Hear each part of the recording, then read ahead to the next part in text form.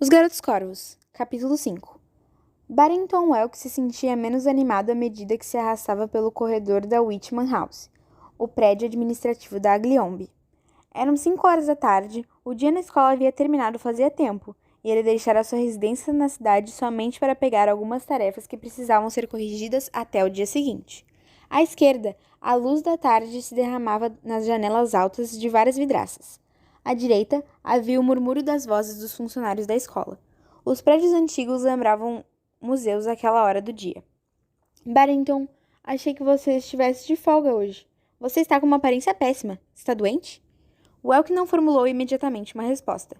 Para todos os fins e propósitos, ele ainda estava de folga. Quem fez a pergunta foi Jonah Millow, o professor de inglês almofadinha dos 2º e 3º anos do ensino médio.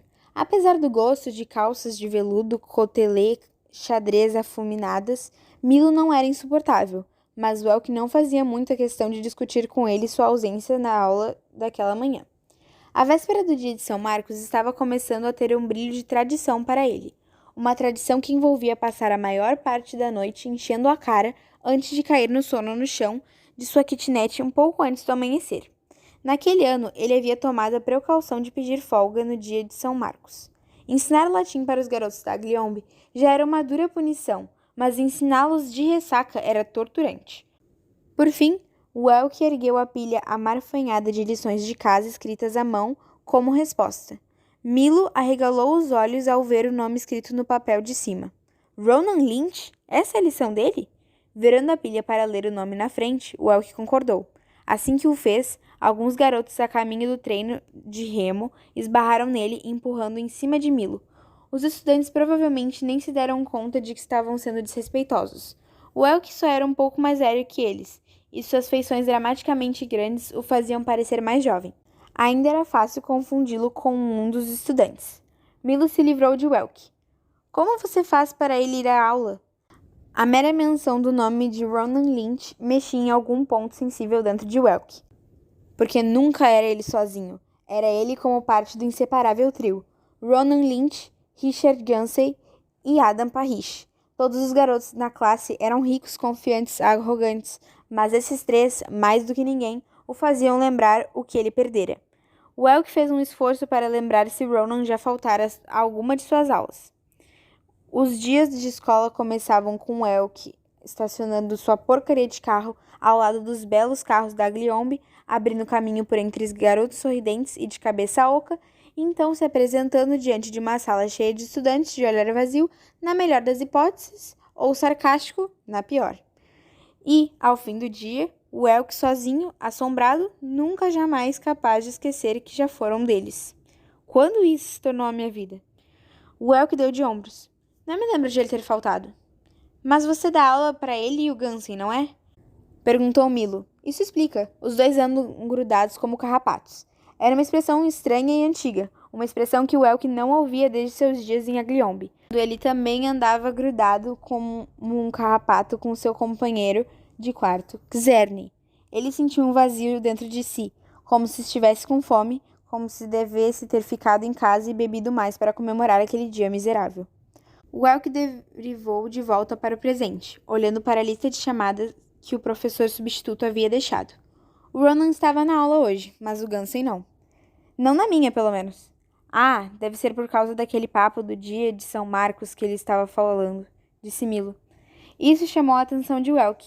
Ninguém sabia que aquele era o dia de São Marcos. Ninguém celebrava aquele dia, nem mesmo a mãe de São Marcos. Apenas Welk e Czerny, caçadores de tesouros e encrenqueiros, se importavam com a sua existência. Welk disse. Como? Eu não sei de tudo, respondeu Milo. Outro professor disse. Olá para ele a caminho da sala dos professores, e Milo olhou sobre o ombro para responder. Welk imaginou agarrar o braço de Milo, forçando sua atenção de volta para si. Foi preciso se esforçar para esperar em vez disso. Voltando-se, Milo pareceu perceber o interesse de Welk, pois acrescentou. Ele não tocou no assunto com você? Ele não parava de falar disso ontem. É aquela história da linha Lei que ele está sempre remexendo. Linha Lei. Se ninguém sabia sobre o dia de São Marcos, verdadeiramente ninguém sabia sobre linhas Lei. Certamente ninguém em Henrietta, Virgínia. Certamente não um dos pupilos mais ricos da Gliombe. Definitivamente não em conjunto com o dia de São Marcos. Essa era a busca de Welk, o tesouro de Welk, os anos adolescentes de Welk. Do que Richard Gansey III estava falando? Com as palavras linha-lei pronunciadas em voz alta, uma memória foi evocada. Welk em uma mata densa, com o suor acumulado no lábio superior. Ele tinha 17 anos e tremia. Toda vez que o seu coração batia, linhas vermelhas raiavam nos cantos de sua visão, as árvores escurecendo com sua pulsação. Parecia que as folhas estavam todas se movendo, mesmo sem vento. Xerne estava no chão. Não estava morto, mas estava morrendo. Suas pernas ainda pedalavam sobre a superfície irregular ao lado de seu carro vermelho, formando montes de folhas caídas atrás de si. Seu rosto estava simplesmente entregue. Na cabeça de Welk, vozes espectrais sibilavam e sussurravam palavras indistintas e encadeadas. Uma espécie de fonte de energia ou algo assim, disse Milo. Welk ficou subitamente com medo de que Milo pudesse ver a memória dele, pudesse ouvir as vozes inexplicáveis em sua cabeça, incompreensíveis, mas presentes desde aquele fatídico dia. Welk compôs suas feições, apesar de estar pensando: se alguém mais está procurando aqui, eu devia estar certo. Ela deve estar aqui. O que ele disse que estava fazendo com a linha-lei? Ele perguntou com uma calma estudada. Não sei, pergunte a ele. Tenho certeza de que ele adoraria encher os seus ouvidos com essa história. Milo olhou sobre o ombro enquanto a secretária se juntava a eles no corredor, com a bolsa no braço e a jaqueta na mão. O delineador estava borrado após um longo dia no escritório. Estamos falando sobre Gansey, o terceiro, e sua obsessão com a nova era? Perguntou a secretária. Ela tinha um lápis enfiado no cabelo para segurá-lo, e Welk olhou fixamente os fios soltos que se enrolavam em torno do lápis. Estava claro para ele, pela postura da secretária, que ela secretamente achava Milo atraente, apesar do veludo cotelê xadrez e da barba. Ela perguntou: Você sabe o tamanho da fortuna do velho Gansey? Eu me pergunto se ele tem ideia de como o filho dele passa o tempo. Olha, às vezes esses filhinhos de papai me dão a vontade de cortar os pulsos. Jonah, me acompanha um intervalo para o cigarro? Eu parei de fumar, disse Milo, e lançou um olhar rápido e apreensivo da secretária para Welk. E Welk sabia que ele estava pensando sobre o tamanho que fora a fortuna do pai de Welk um dia, em outra época, e como ela era pequena agora, muito tempo depois de os julgamentos terem deixado as capas dos jornais. Todos os professores mais novos e o pessoal da administração odiavam os garotos de Agliombe. Odiavam-nos pelo que tinham e pelo que representavam, e Welk sabia que, em segredo, lhes agradava que ele tivesse sido rebaixado. E você, Barry? Perguntou a secretária. Então ela respondeu a sua própria pergunta. Não, você não fuma. Você é bonitinho demais para isso. Bem, vou sozinha. Milo se virou para ir embora também.